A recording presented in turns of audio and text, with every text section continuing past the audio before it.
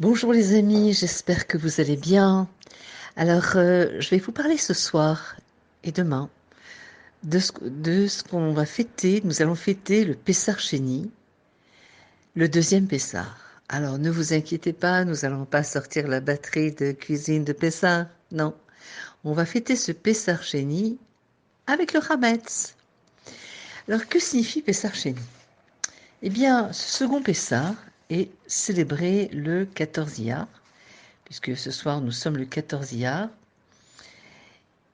Un mois après la veille de Pessah, la Torah nous raconte que la première année qui a suivi l'Exode, alors que le peuple juif se préparait à apporter donc le Korban Pessah, eh bien, certains hommes étaient impurs du fait qu'ils avaient eu un contact ou matmet, l'impureté avec un mort. Ils ne pouvaient offrir ce sacrifice en ce jour. Alors ils ont été voir Moshe Rabbeinu en lui disant, eh bien, nous ne sommes pas purs. Mais pourquoi serions-nous empêchés d'offrir le sacrifice de Dieu en son temps? Pourquoi nous priver de cette opportunité? On sait que Korban, Melachon Karov, donc c'est se lier avec Akadosh Baruch Hu. Moshe a questionné Akadosh Baruch Hu, et Dieu a répondu que si un homme est impur ou sur un chemin éloigné, le jour du Korban Pessah, eh bien, il apportera l'offrande de Pessah à Dieu le second mois, c'est-à-dire Iyar, le 14e jour au crépuscule. Donc tous ceux qui n'avaient pas pu apporter ce sacrifice pascal parce qu'ils étaient impurs ou qu'ils aient volontairement transgressé la volonté d'Hachem, se voyaient donc la possibilité de compenser ce manque en apportant le sacrifice le jour de Pessah Chéni. D'ailleurs, en ce souvenir, on mange dans l'habitude de consommer, donc par exemple ce soir ou bien demain après-midi, un petit peu de matzah, un peu de matzah shmura. Le rabbi précédent, Rabbi Yosef Yitzhak, a expliqué que Pessah Sheni nous enseigne que rien n'est jamais perdu, qu'il n'est jamais trop tard, et qu'on peut toujours, comment dire, rectifier notre conduite. Même celui qui est impur ou qui était éloigné, même s'il l'a désiré, peut toujours se corriger. Assour les Etiaesh, rien ne justifie le désespoir.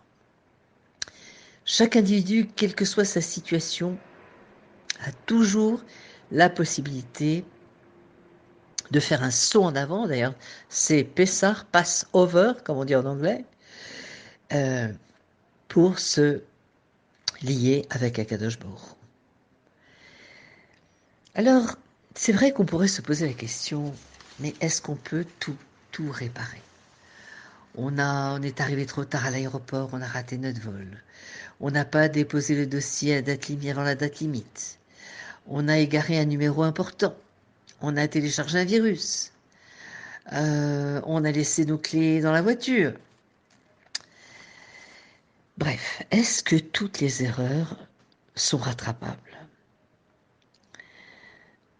Certaines le sont, et d'autres, eh bien, c'est impossible de dire qu'on peut rattraper.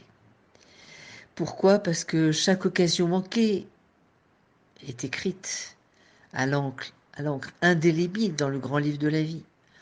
Nous pouvons essayer d'oublier, de nous mentir, d'être dans le déni, mais nous sommes bien responsables de ces erreurs et nous en subissons les conséquences.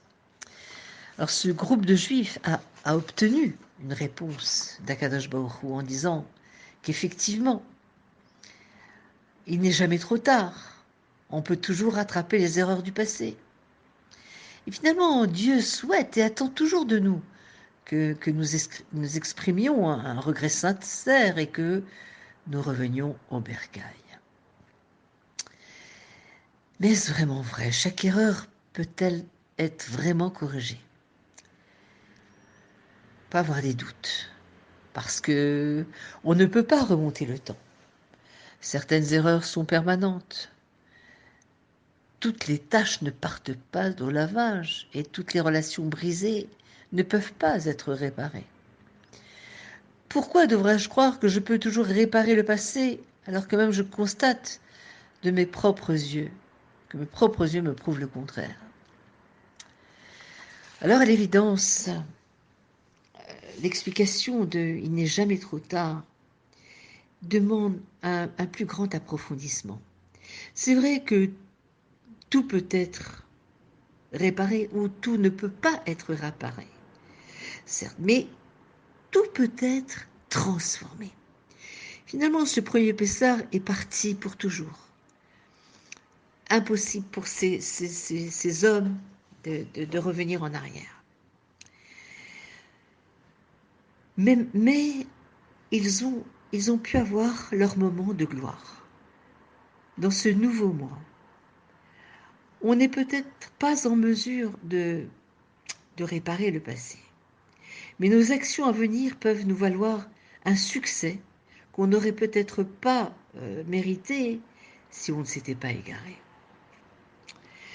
Évidemment, la douleur qu'on a causée dans nos relations est réelle, mais à travers notre engagement à repartir à zéro, à faire de réels efforts pour changer, eh bien, nous avons la possibilité de construire une toute nouvelle relation sur la base d'engagement mutuel pour un nouvel épanouissement.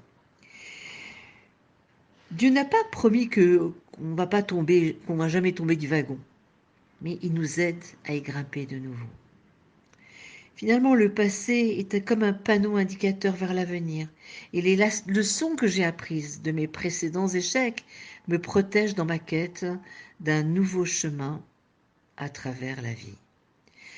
Tout ce qu'il faut, bien sûr, c'est de la détermination, du courage, beaucoup d'efforts, beaucoup de grands efforts, avec l'aide d'Akadosh Baruch Hu. Alors bien sûr, nous sommes des êtres humains, Sarvadam comme on dit.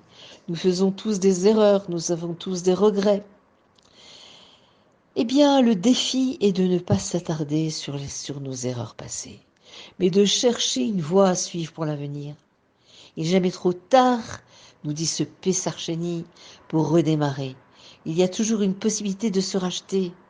Et repartant à zéro, en nous engageant à nous améliorer, nous découvrons un nouveau monde de possibilités et sommes accueillis et réconfortés par Dieu lui-même dans notre cheminement vers l'avenir.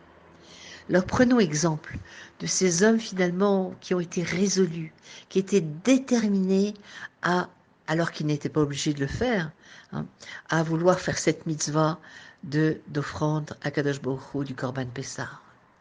Alors à nous aussi d'implorer, de supplier, de prier à Kadosh Baruch Hu, d'hurler vers Hachem intérieurement, que ce galout se termine avec toutes ses souffrances et qu'on parte vers un nouveau monde de bonté et de bienveillance et vers la lumière avec la venue de Mashiach. En tout cas, c'est la Iloula de Rabbi Meir Balanès. On a coutume d'allumer une bougie, puisqu'on dit dans les prières de Tishri, Eloka de Rabbi Meir Anenu, que le Dieu de Rabbi Meir nous exauce et qu'il nous protège. Shabbat Shalom ou Mevorach.